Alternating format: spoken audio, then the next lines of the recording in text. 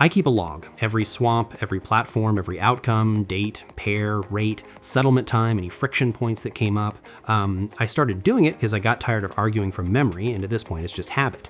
And the reason I'm mentioning it up front is because everything I'm about to say comes from that log, not from impression. That's the basis. And what I want to do today is take one segment of that log and actually show it in motion. Non-custodial swap services, no KYC, the part of this space where the quality variance is widest and the coverage is thinnest. And then the part I think is most practically useful, what I've learned to look for when deciding whether a service in this category is worth trusting at all.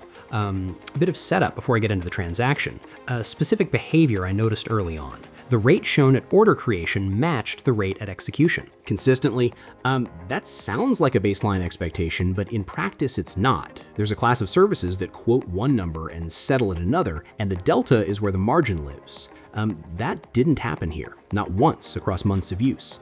There's a card funding option that actually integrates into the flow rather than redirecting you somewhere else entirely, which is a more meaningful distinction than it sounds. And settlement, every transaction I have on record closed between 5 and 9 minutes. The consistency of that window over time is more informative than the number itself. Okay, running the transaction, BNB to Ethereum, established assets, nothing that creates ambiguity around what you're seeing. Okay, coming to the screen here, I'm selecting BNB as the send asset. Good, that's confirmed. ETH on the receive side, yes, that's in. And right underneath, the complete rate breakdown is populated already. Exchange rate, platform fee, expected settlement window. Yeah, all of that tracks exactly with where the market is sitting right now. Nothing off. Moving next. Destination address goes into this input here. There's a refund address field as well. Worth filling in. I treat it as non-optional. Email notification field is there too, if that's useful. 1 second to fill those in.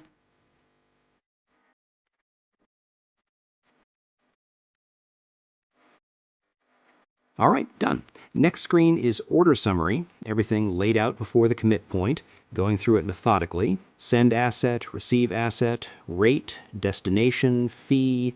Every field matches what was configured on the previous screen. I'm accepting the privacy and submitting the order. Good, order is open. The platform is now waiting on the incoming transfer.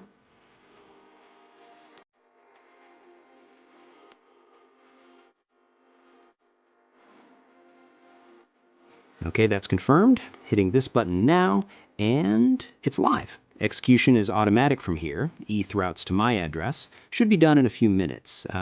And while we wait, I want to talk about the structural logic, because the way this works under the hood is the whole point. The question that defines how a no KYC actually behaves is simple. At what point, if any, does the platform take possession of the assets? On a non-custodial platform, the answer is never. There's no point in the transaction where the assets enter a wallet that the platform controls. My wallet sends, the swap resolves on chain, my wallet receives.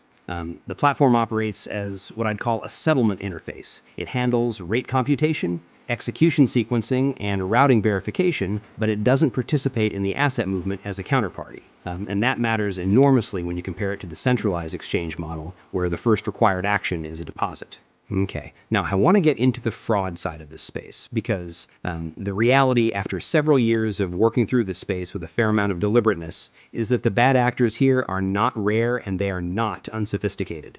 Fake services appear in organic search rankings. They circulate in communities, Telegram, Discord, subreddits that have accumulated enough posting history to read as legitimate. And the more developed ones are built with enough apparent polish that a surface-level review doesn't produce any immediate flags.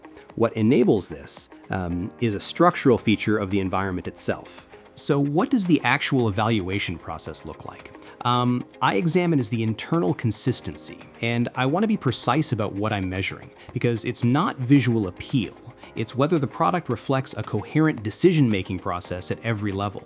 Element spacing, copy precision, the logical relationship between screens, the way the product handles edge states. A platform that was built with real intent shows evidence of that intent throughout. There's a considered quality to how things are placed and worded that's hard to manufacture. Platforms assembled without that intent have tells, places where the coherence breaks down, where something was approximated rather than resolved. All right, let me close this out. There's a concept I think about a lot in the context of technical tools, which is the difference between performance and tolerance. Performance is what a platform does in optimal conditions, when liquidity is deep, when the pair is common, when nothing unusual is happening.